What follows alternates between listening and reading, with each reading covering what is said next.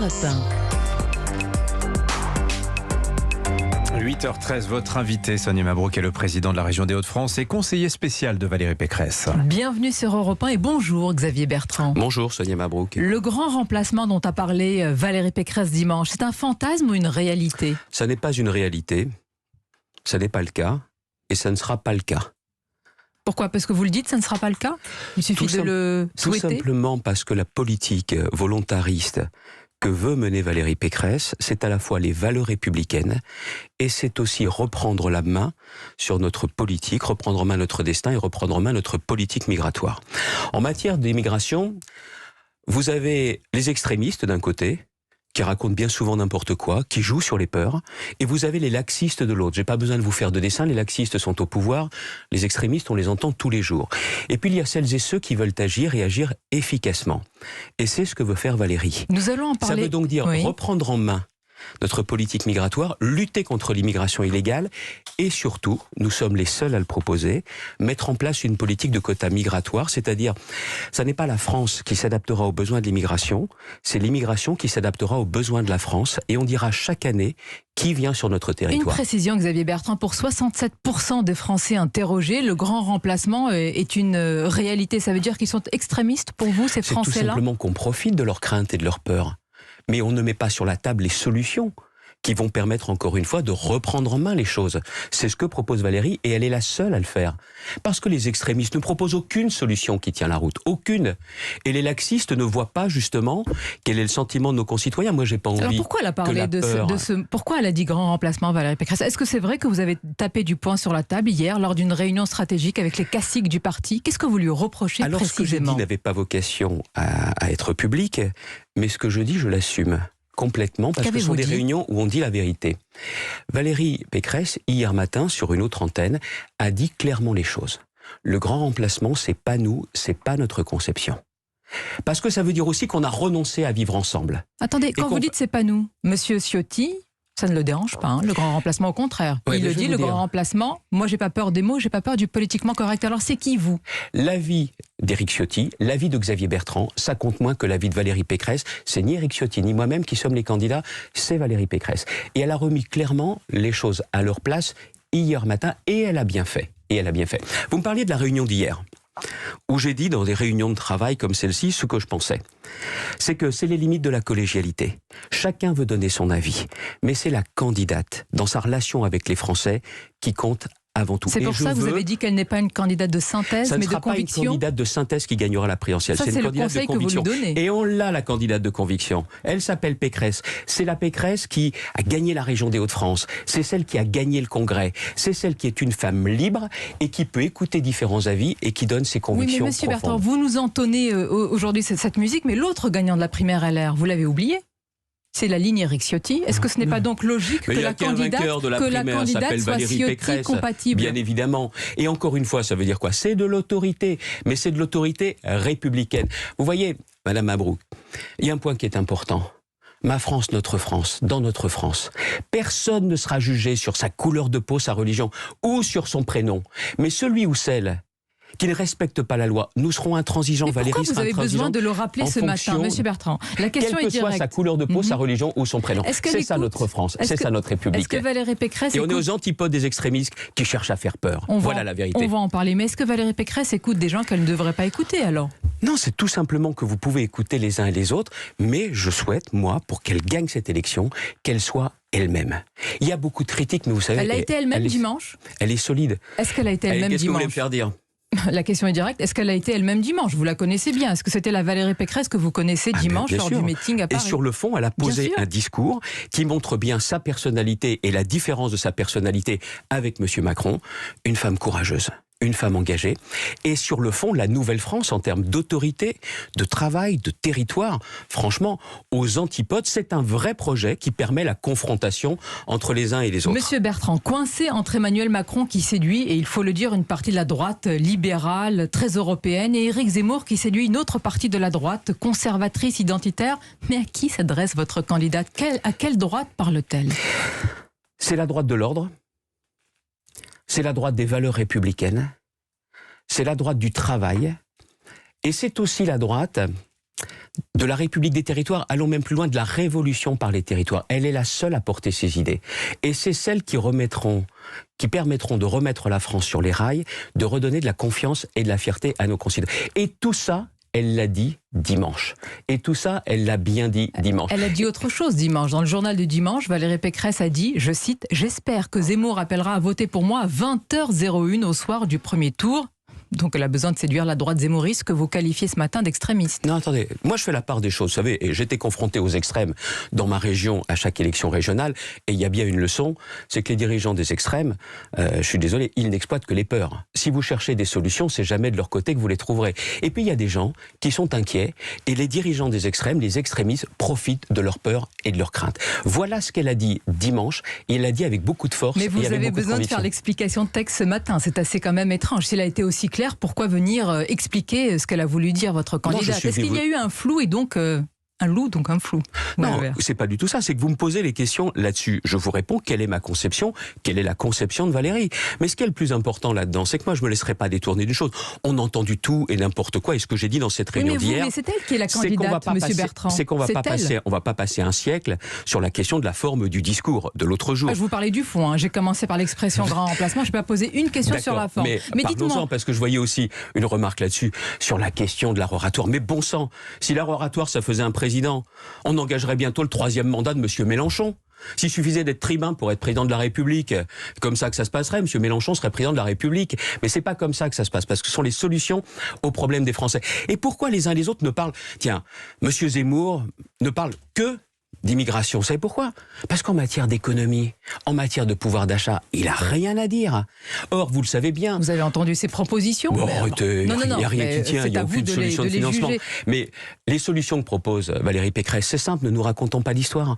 C'est par le travail qu'on réussira à s'en sortir. Mais alors pourquoi, et à élever le niveau de vie des Français. Si elle est la candidate des solutions de tous les Français, pourquoi est-ce qu'aujourd'hui, il y a un véritable faux plat dans les sondages? Et si, dites-moi, il y a un croisement des courbes cette semaine-ci, Éric Zemmour la dépasse. Vous l'imaginez? Rien ne change dans la ligne, dans la stratégie? Et alors, parce que pourquoi, Madame Mabrouk? Parce qu'elle n'a pas commencé cette élection présidentielle. Et elle ne commencera cette élection présidentielle que quand Sa Majesté Emmanuel Macron viendra dans l'arène démocratique. Parce que là, il y aura les termes de la confrontation.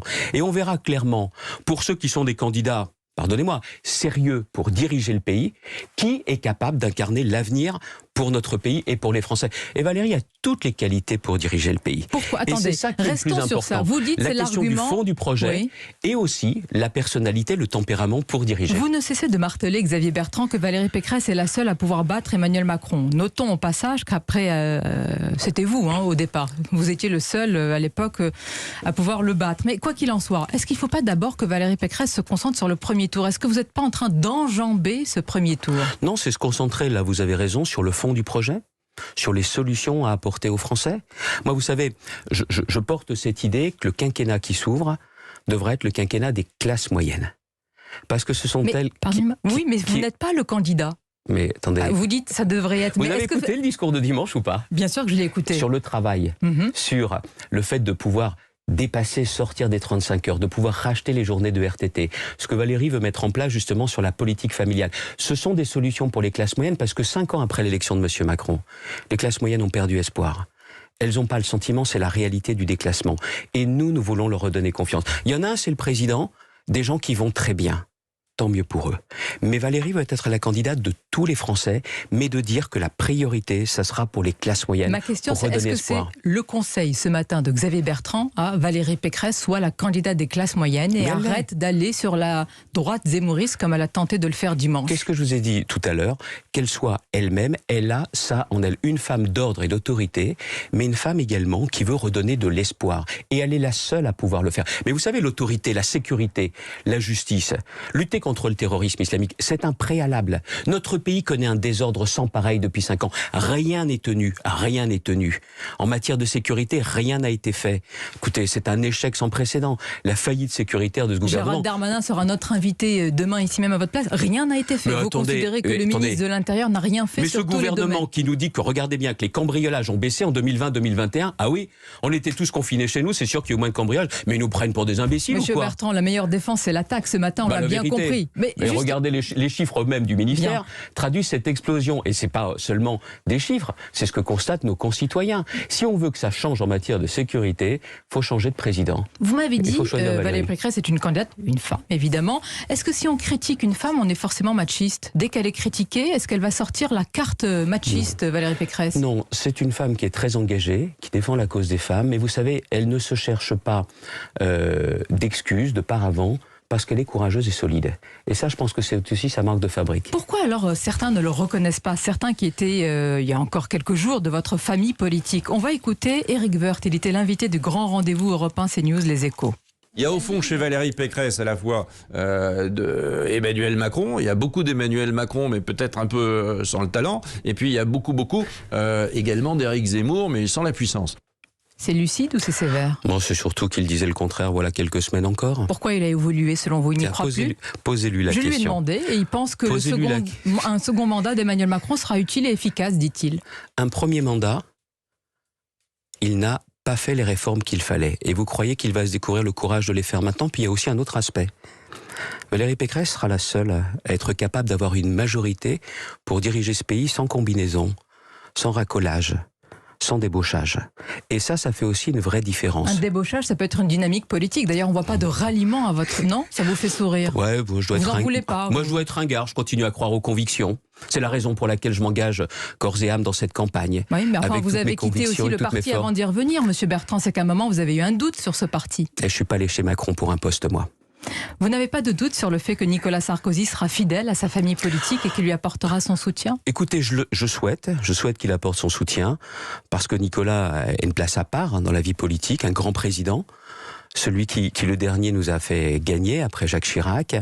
Après, ce sera à lui de se déterminer quand il le voudra, comme il le voudra. Avant le premier tour, quand même. Écoutez, bien évidemment, ce sera à lui de le faire, je le souhaite. Mais vous voyez, il y a un point commun entre Valérie Pécresse et Nicolas Sarkozy, libre.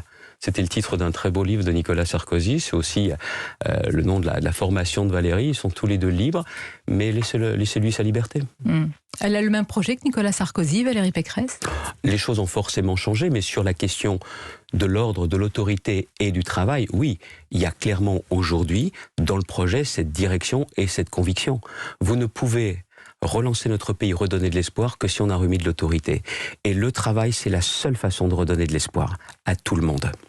Monsieur Bertrand, je voudrais vous interroger sur le scandale des maisons de retraite Orpea, accusées de graves dysfonctionnements. L'ex-ministre de la Santé que vous avez été a appuyé des demandes d'autorisation d'ouverture pour certaines de ces maisons de retraite. Est-ce que vous confirmez que vos services ont bien instruit ces demandes? Mais pour Orpea, comme pour Korian et pour tous les groupes, à l'époque, nous savions que nous allions quasiment doubler le nombre de personnes très âgées et qui auraient besoin de solutions à domicile et en établissement.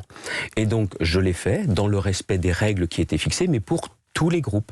J'ai assumé totalement ma mission. Il y avait un plan grand âge qui était amené. Voilà ce que j'ai fait. Et est-ce que vous aviez des liens privilégiés avec tous les groupes? Parce que si on en croit ce qui est dit dans le livre Les Fossoyeurs de Victor Castanet... Qu'est-ce que ça veut dire des liens très privilégiés, pour être précis? Dans le livre de Victor Castanet, il est dit qu'il y aurait que le fondateur du groupe Orpea avait une ligne directe avec le ministre que vous étiez. Non, pas plus que les autres groupes. Ou alors, vous savez, il faut me faire un autre reproche. On va me dire que j'avais aussi des liens privilégiés avec les entreprises qui ont installé les IRM et les scanners, parce que j'ai délivré beaucoup d'autorisations en mettant en place le plan cancer de Jacques Chirac. C'était dans le cadre de mes missions. Tout le reste, tout ce qu'il y a dans ce livre, qui a été lu et écrit certainement davantage par l'avocat que par le journaliste, je réfute tout en bloc. Vous réfutez en bloc, donc c'est de la... Ce qui est écrit, ce sont des... Ça a été écrit très prudemment, je pense, soit écrit, soit relu par l'avocat. Mais je vous le dis une chose, j'ai assumé ma mission pour autoriser ces établissements. Par contre, il y a une autre question qui se pose. J'ai installé à l'époque, un comité de vigilance pour lutter contre les maltraitances des personnes âgées. Qu'est-il devenu? Et comment se fait-il qu'aujourd'hui, parce que les maisons de retraite que j'ai autorisées, il y en a eu beaucoup, avec mes ministres délégués, nous l'avons fait, c'était notre mission. Après toutes ces années, comment se fait-il qu'aujourd'hui, on se rende compte que les contrôles aient été défaillants? Donc si je comprends c'est ça bien, la vraie question. Bien, mais pas de lien direct donc avec le fondateur de ces maisons, et vous n'avez pas plus qu'avec les autres responsables, bien évidemment. Aucun regret si c'était à refaire aujourd'hui? Mais attendez, mais bien évidemment, nous aurions aujourd'hui un manque flagrant de place en maison de retraite. La vraie question, ce que l'on doit, et vous savez, je pense qu'à les moments les plus grandes fragilités, c'est l'aube de la vie, la petite enfance, les accidents de la vie et le soir de la vie. Et aujourd'hui, il faut bien regarder les choses en face. On ne s'occupe pas assez bien des personnes handicapées, des personnes âgées. Et ce scandale, il doit y avoir toutes les sanctions qui s'imposent, mais il faut aussi bien veiller à ce qu'on s'occupe bien de nos aînés. C'est la question des parents, des grands-parents, mais c'est aussi une question de responsabilité de la société française. Bien sûr, et même de civilisation. Merci. Exactement, de respect. Merci Xavier Bertrand d'avoir été notre invité ce matin sur Europe 1. Bonne journée à vous et à nos auditeurs.